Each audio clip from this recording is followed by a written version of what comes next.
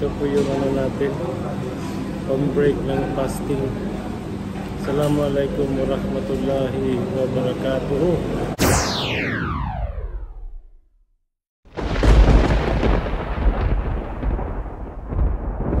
Ito po yung pang-break ng fast natin. Naka-beach.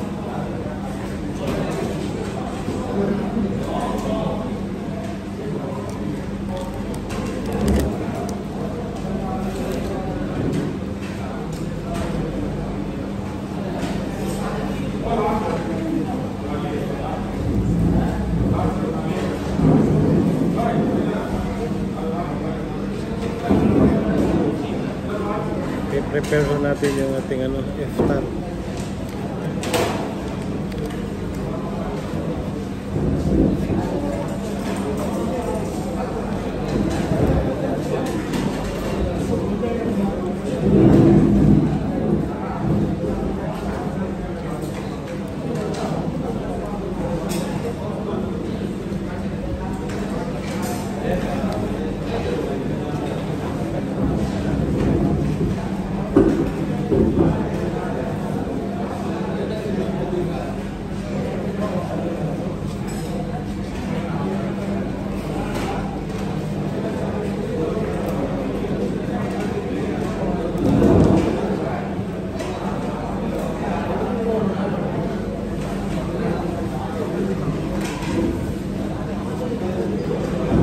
Tanggalan ko na ng buto yung ating dates.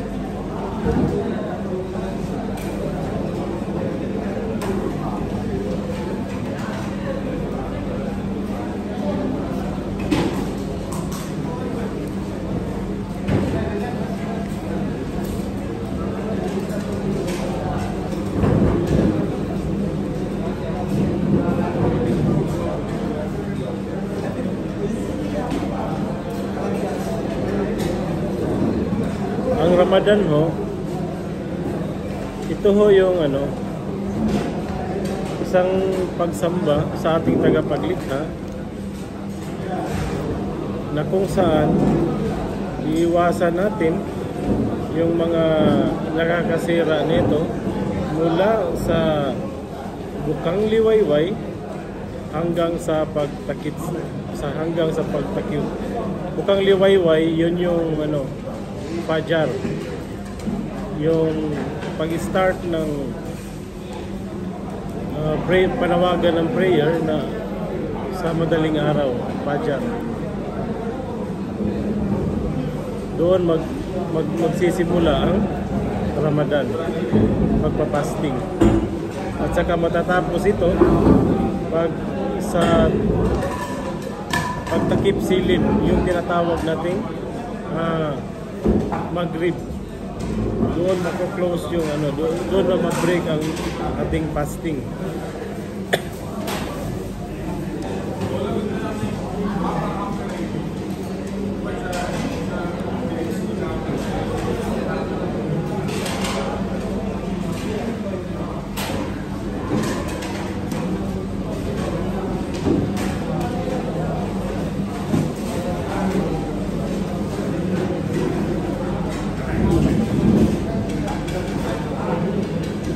Lahat lo ngayon ay nagpe-prepare na ng kanilang kanya-kanyang ano, iftar.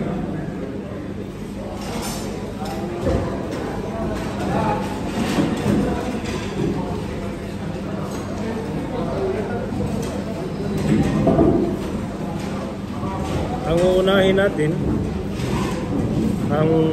ito yung ano, yung nakaugalian. Ito yung nasunod natin sa Propeta Muhammad sallallahu alaihi wasallam na isang dates, 3 up 5 at saka tubig ang uunahin nating i-break ng ating fasting. Dates lang muna siya. Tapos tubig, saka siyempre yung ano, yung time na yon, mag-ano na yan, magtatawag na ng ano. Yung iba naman, karamihan, pagkatapos silang umano, tumira ng nag-break ng fast sa nandit sa saka tubig, automatic tatakbo na sila sa masjid, maghahanda na doon, magdadasa, mag-ano na, magmamag-Maghrib prayer. At yung iba naman ay kakain muna, saka hahabol sa Maghrib prayer.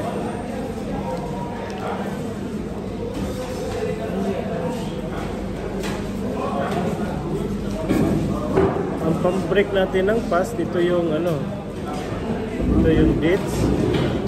Tapos mayroong tubig, isang ng tubig, at saka mayroon din tayong lugaw, at saka mayroon din tayong seeds din to eh. Yan, ihalo ko yan sa lugaw, masarap yan. Tapos itong itong sambosa,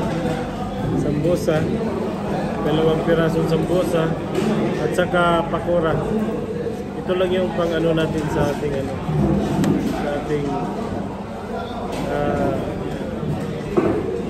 sa ating fasting. Ito naman pwede din naman nating pwede naman na sausawa ng ketchup to guys. Sarap din to sa kids din.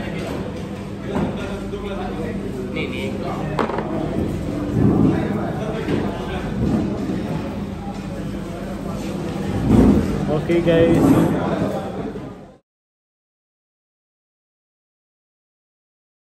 Ayan na ho, kakatapos lang ho nating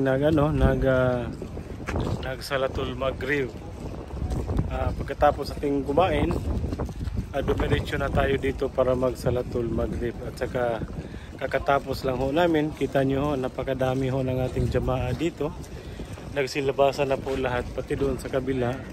Ayan, nagsisiuwian na sa kanilang mga kwarto. So ako din ay uuwi muna sa aking kwarto at may babasahin pa, may tatapusin pa akong basahin. Sige ho, salamat. Ayan ho, humahabol pa rin yung mga hindi pa nakapag-prayer. Nakikita nyo, sobrang dami pa rin nila. Ayan, pati doon sa loob ng masjid, marami pa rin. Ayan.